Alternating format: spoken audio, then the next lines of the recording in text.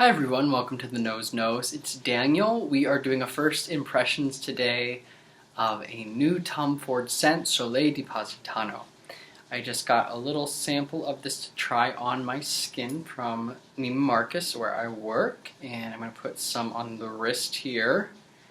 We're going to give it a little smell. I smelled this on the blotter card, but I have not tried it on the skin before.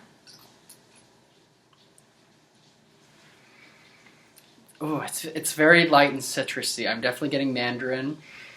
This is part of the Neroli Portofino collection, so it's in one of those pastel green, blue bottles. I think this bottle's green.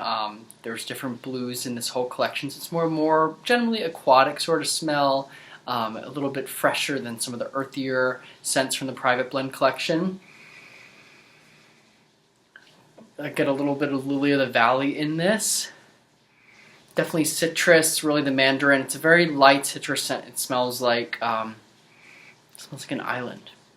So it's 10:18. We're gonna let it dry down. I'll be back around 11 o'clock to see where we're at, see what the 45-minute dry down is like,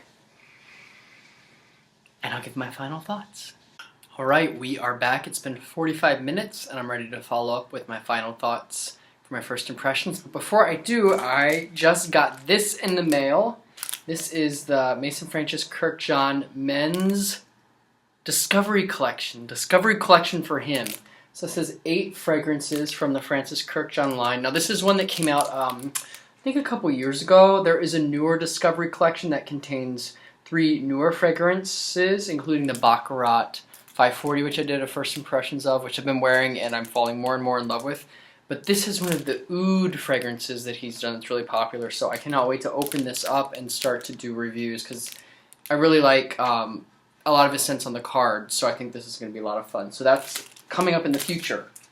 So let's give a smell to this Sole di Pasitano by Tom Ford.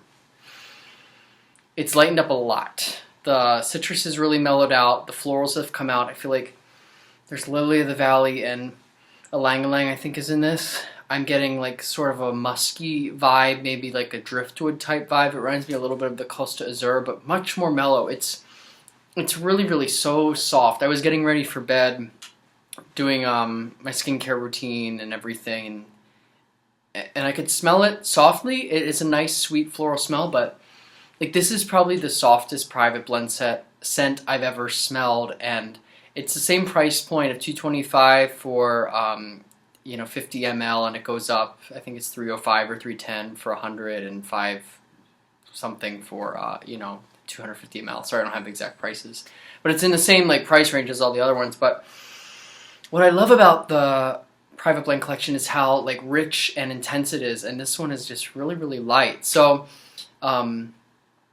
if you like that Tom Ford aesthetic, sort of this really opulence and this kind of slightly animalistic quality, and you like citrus and you like light, something good for office, warm weather, I think you'll like this.